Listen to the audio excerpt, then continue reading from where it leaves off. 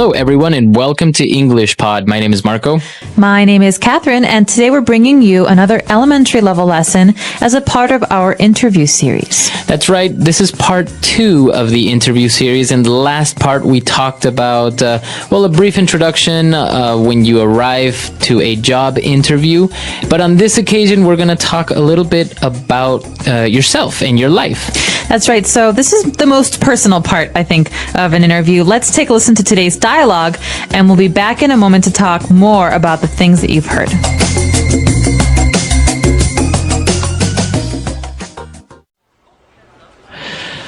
Now, Miss Childs passed on your resume to me, and I've had a chance to look it over.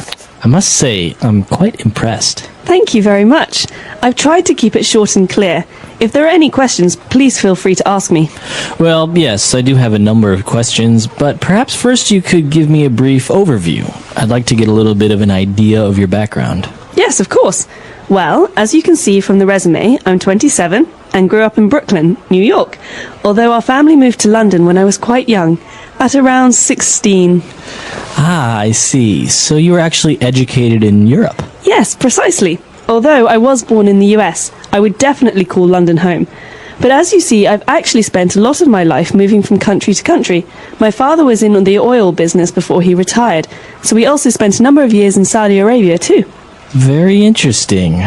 So it seems you had quite an adventurous childhood. Absolutely. We were never still for too long, but now I'm really looking to settle down. I see.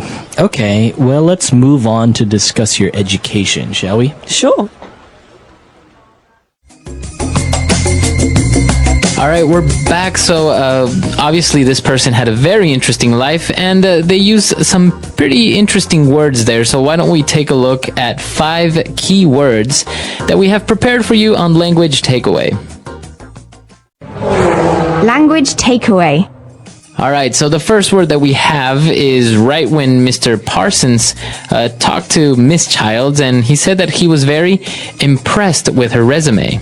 All right, so someone says, I'm impressed when they think that something that you did or something about you is very interesting or good or better than most people's. That's right. So you're kind of amazed. You're kind of, you're like, wow, right? And so this is an adjective. I am impressed. That's right. So teachers sometimes say this.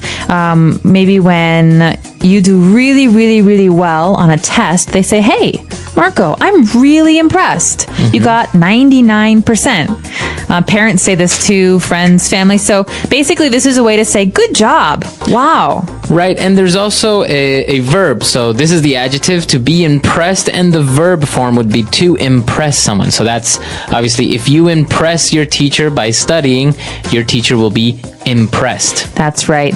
And following that, Mr. Parson has some questions about Miss Child's background. That's right. He asked her for a brief overview of her background. So we have 2 interesting words there. An overview. What is an overview? An overview is like a summary. It's basically a way to ask for someone to give you a lot of information in very few words. That's right. So you don't really want too much details. You don't want somebody to tell you their life in detail. You just want a brief summary. Right. So not, I was born on August 11th in 1979 and I was, and then I went into this. No, this is basic, simple, this is where I'm from. This is where I went to school, the end. And, well, he wanted a brief overview of her background. What exactly is her background? Well, think about the word back. Okay, that means behind. Or in this case, background is your personal history.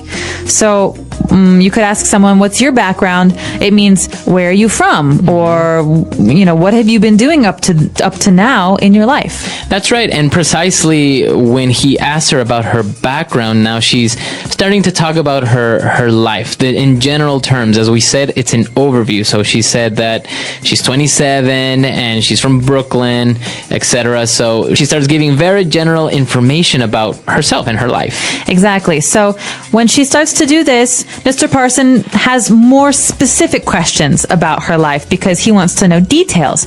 So he asks her then where she was educated. So this phrase, to be educated, is very important. That's right. So he's asking her, you studied in Europe. That's right. To be educated means to have someone teach you or to go to school somewhere. So, for example, I was educated in America. Where were you educated, Marco? I was educated in Chile. Wow. So you've been educated in a number of different places, right? At home and in a different country. Right. But you can also specify the university name, right? For example, I was educated at Harvard. Can you say that? You can. Or I was educated at a number of different schools. So you can say, I studied or I was educated. All right. And well, apparently she was moving around from Europe, United States. So Mr. Parsons says, wow, it seems that you had an adventurous childhood. Okay, this is a great adjective, adventurous. You can say a person is adventurous. So Marco is very adventurous. He likes to jump out of airplanes. But you can also say that an experience is adventurous, like moving around a lot as a child. Right. So I guess adventurous can go hand in hand with exciting or very interesting, full of emotion. That's right. Okay. Adventure, adventurous. So a person can be adventurous, and we actually had a lesson about this when we describe personalities. You can say someone is adventurous. Exactly. All right, very good. So 5 key words that we just took a look at. Why don't we go back, listen to the dialogue again, and we'll be back to talk a little bit more on Fluency Builder.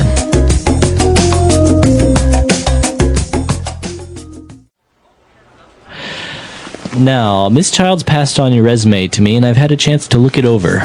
I must say, I'm quite impressed. Thank you very much. I've tried to keep it short and clear. If there are any questions, please feel free to ask me. Well, yes, I do have a number of questions, but perhaps first you could give me a brief overview. I'd like to get a little bit of an idea of your background. Yes, of course. Well, as you can see from the resume, I'm 27 and grew up in Brooklyn, New York, although our family moved to London when I was quite young, at around 16. Ah, I see. So you were actually educated in Europe? Yes, precisely. Although I was born in the US, I would definitely call London home. But as you see, I've actually spent a lot of my life moving from country to country. My father was in the oil business before he retired, so we also spent a number of years in Saudi Arabia too. Very interesting. So it seems you had quite an adventurous childhood. Absolutely. We were never still for too long, but now I'm really looking to settle down. I see. Okay, well, let's move on to discuss your education, shall we? Sure.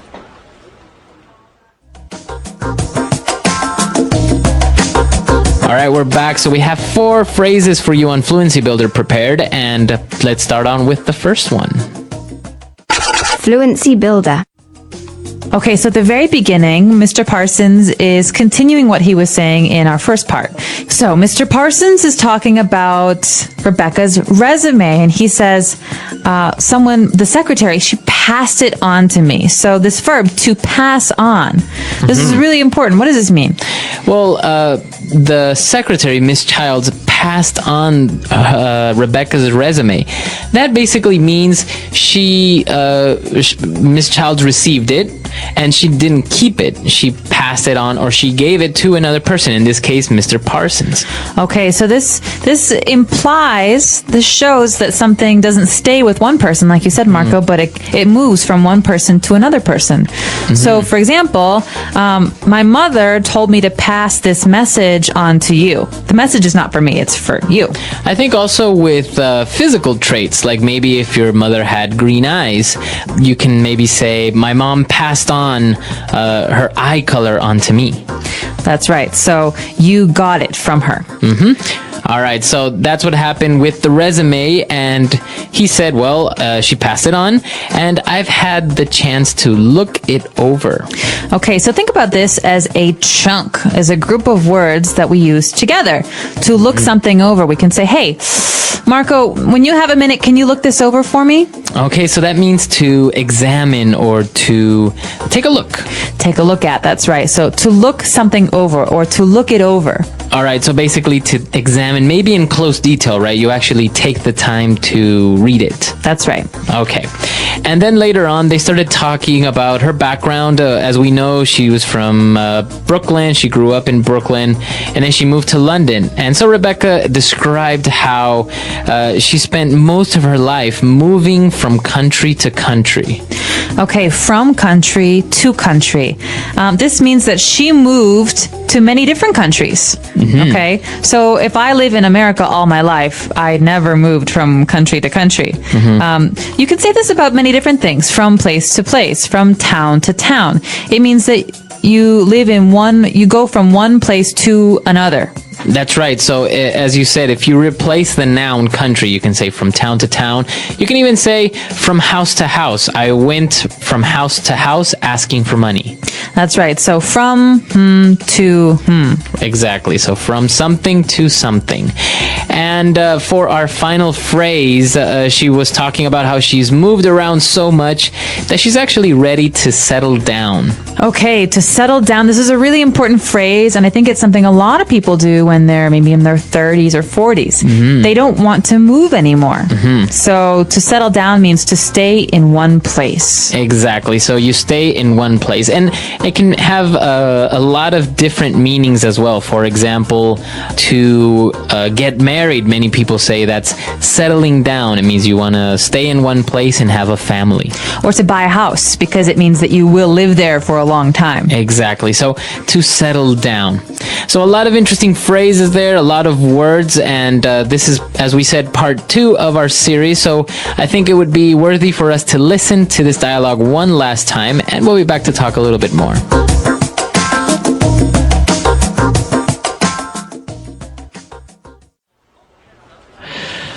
Now, Miss Childs passed on your resume to me, and I've had a chance to look it over.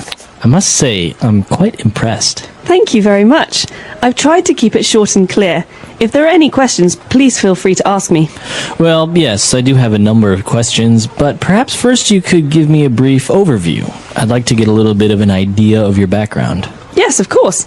Well, as you can see from the resume, I'm 27 and grew up in Brooklyn, New York, although our family moved to London when I was quite young, at around 16. Ah, I see. So you were actually educated in Europe? Yes, precisely. Although I was born in the US, I would definitely call London home. But as you see, I've actually spent a lot of my life moving from country to country. My father was in the oil business before he retired, so we also spent a number of years in Saudi Arabia too. Very interesting. So it seems you had quite an adventurous childhood. Absolutely. We were never still for too long, but now I'm really looking to settle down. I see. Okay, well, let's move on to discuss your education, shall we? Sure.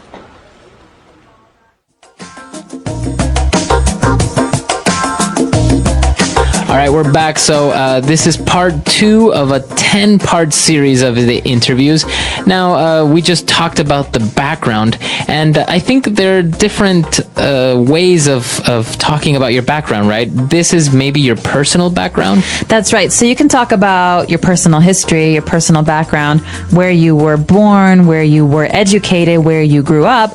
But a lot of times we also have to talk about other parts of our background, like our work background, or like next week, our educational background. That's right. So part 3, we're going to take a look at your educational background. And it's going to be very important because I think in many interviews, people have a hard time describing what they studied or maybe describing exactly what they did during university or college or master's degree or something. Exactly. And we're not talking about elementary school or high school. We're specifically talking about university background here. So like you're saying, Marco, what was your major? What was your minor? What was your area of study? These are great, great, great phrases that are very important for an interview. The English Pod Audio Review. Listen to the meaning, then say the vocabulary word. Cause someone to feel admiration. Impress. A general description. A brief overview. To calm down. Settle down. Hand in. Pass on. Feel relaxed. Feel free. Let's try that faster. Hand in. Pass on. A general description. A brief overview. Feel relaxed. Feel free. To calm down. Settle down. Cause someone to feel admiration. Impress. Now say the word and hear it in a sentence. A brief overview.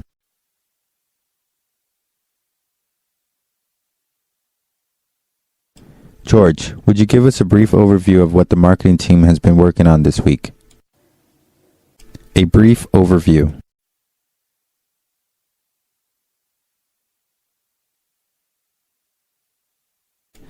This guidebook doesn't have a lot of detailed information about Paris. It just provides a brief overview. A brief overview.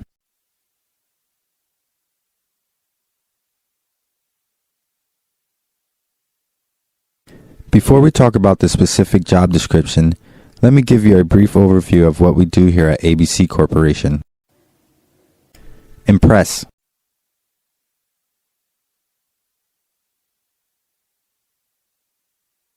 Well, Jeff, I'm really impressed with your photography skills. These pictures are beautiful. Impress.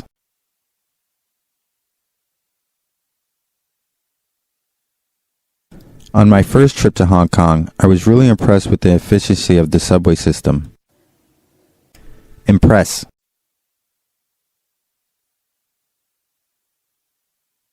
Good job with that sales meeting, Ellen. I think the client was really impressed. Pass on.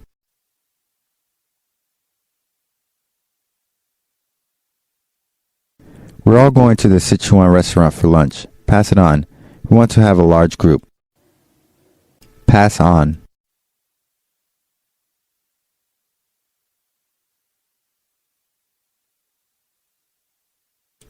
Linda, after you add the most recent QC figures to the report, please pass it on to Mr. Wang.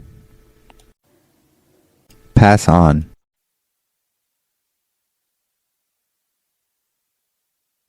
Thanks for your feedback. I'll pass your suggestions on to the design team. Feel free. Excuse me, may I use your bathroom? Oh, please, feel free. Feel free. Welcome to our art gallery. Feel free to look around. Feel free.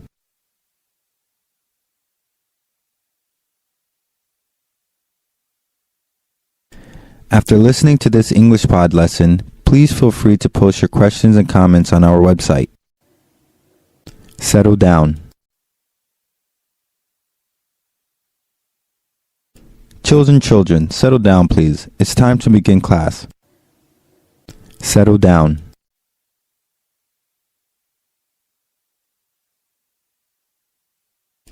He was something of a playboy in the past, but now he's ready to get married and settle down.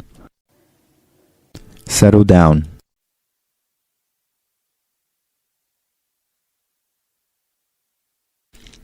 After living in the city so long, I'd really like to settle down in a small town.